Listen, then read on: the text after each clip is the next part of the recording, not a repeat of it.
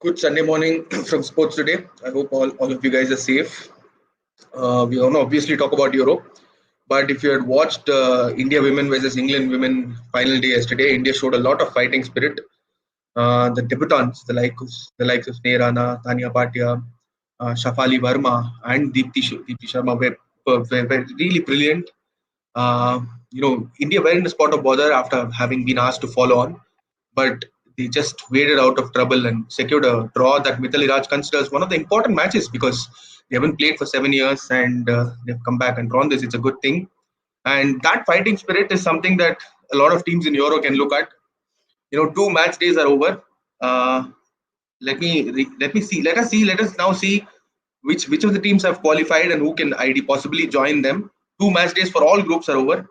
So from Group A, Italy are the only team who have booked the round of 16 berths so far. And in Group B, Belgium. In Group C, Netherlands. Group D, Czech Republic are topping, but they're not assured of a spot yet. Czech Republic and England are with 4 points each. And in Group E, we have Sweden with 4 points and Slovakia with 3 points, but neither of them have yet made it. And Group F is turning out to be a roller coaster. France are leading the group with 4 points, but both Germany and Portugal are not far away with 3 points each. It is going to be strange, because Group F is it was labeled as the group of death, and we might see one of the biggies missing also. Let's dive straight into the last night's match. First, last night's last match, Spain versus Poland. That was Group E match, and it was Spain. There was a lot of criticism about Spain. Luis Enrique was questioned for his team selection. Spain headed into the tournament with a lot of trouble. They had coronavirus restrictions. And one good news: Busquets, their captain, has joined the squad, but he didn't play yesterday. But he has recovered from coronavirus and he has joined the squad. That's one good news for Spain fans. It's always good to see people recovering from this deadly virus, and it's good to see Busquets returning to the squad. But he didn't play yesterday. And Spain and Poland, they met, and it was a 1-1 draw. Spain, if I'm not wrong, Spain lost their first match. Spain lost their first match against yeah yeah Spain drew their first match, so they have Spain have drawn their first match, so they are sitting with 2 points. I beg my pardon. They're sitting with 2 points at the third spot, and Sweden are top of the group, and Slovakia are second in Group E with 3 points. Sweden are with 4 points, Slovakia are with 3 points, Spain are with 2 points, and Poland with 1 point. And Spain have drawn both their matches. There was a lot of problem with there was a lot of questions raised about whether Spain can match the glory days of the past with Luis Enrique preferring a very young squad. Keep in mind he didn't pick a lot of Real Madrid players, including Sergio Ramos. So there were questions, and this draw against Poland. Once again, they had possession. In the first match, they had more than 80 possession, and in the second match, they had 70 possession against a good Poland side. But the result is a 1-1 draw. Morata scored with Gerard Moreno giving him an assist, and Morata was under tremendous pressure. If you remember right, Luis Enrique was defending Morata after last night's after their last draw, and he was saying that he should get a little bit of love from the fans. His own fans were booing. Keep in mind their 0-0 draw against Portugal before the Euro, and Morata was booed in Madrid. But yesterday he found the back of the net. But is it enough? They played Gerard Moreno and Morata instead of Ferran Torres yesterday, and Morata got the goal. It was initially ruled offside, but then VR helped Spain. But is it enough? In the second half, if you remember, they missed a penalty, and Gerard Moreno missed the penalty, but Morata had a good chance to slot the rebound into the net, but he missed it. These are some of the troubles that are haunting Spain. They have been missing the shooting boots for quite a while, and Luis Enrique has to, they have one more match left. Spain take on Slovakia, and Sweden take on Poland.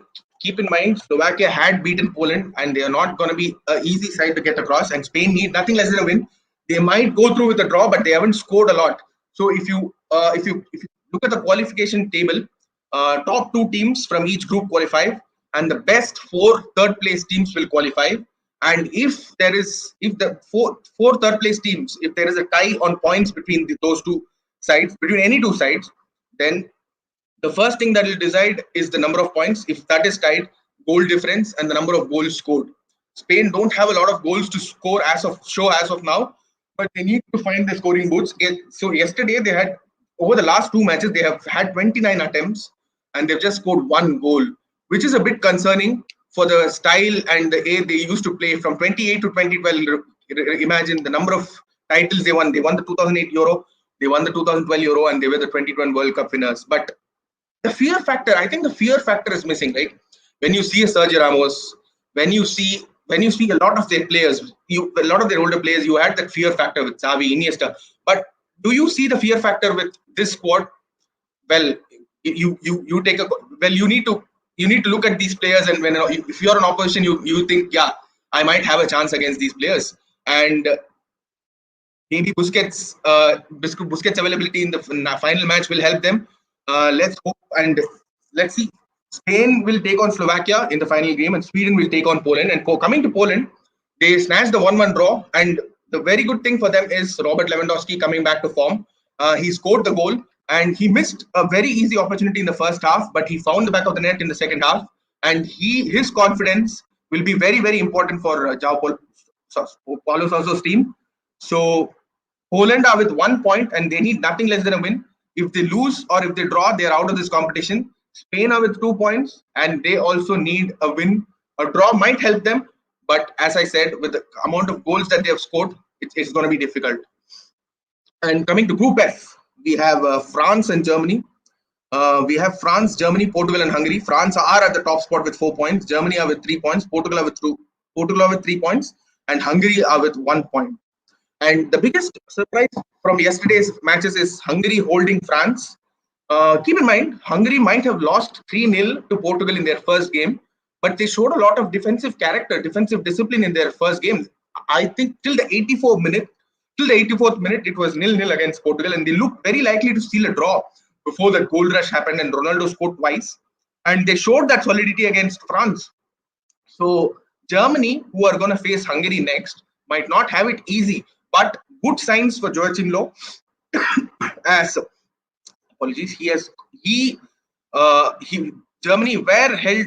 lost 0-1 to France in the first game, and there were questions about it was his last campaign, Joachim Low's last campaign with Germany, and it might not end well. There were speculations about how it's going to end. So people were a bit worried, but after the 0-1 defeat to France, Germany have bounced back and beaten Portugal 4-2. So that's a very, very, very good sign for them. And we have to talk about Robin Gosens here, the man who made it all happen yesterday for Germany. 4-2. We expected Portugal-Germany to be a very evenly contested match, but it ended up with 4-2 with a 4-2 scoreline. And Robin Gosens was the left winger, played a fantastic game, and Joachim Low was heaping praise on his winger yesterday. And he plays for Atlanta in Serie A. And there is an interesting incident. Robin Gosens had once asked for in the last season for Ronaldo's jersey after a match. For jersey swapping after the match against Juventus and Atlanta, but it seems Ronaldo had not responded well, and Gosens was a bit disappointed at that. But yesterday he beat Ronaldo, and then he also confirmed that he didn't ask for Ronaldo's shirt yesterday, that he wanted to enjoy the win, and and Germany did very well. The 4-2 result has put them at the second spot, and they will take on Hungary.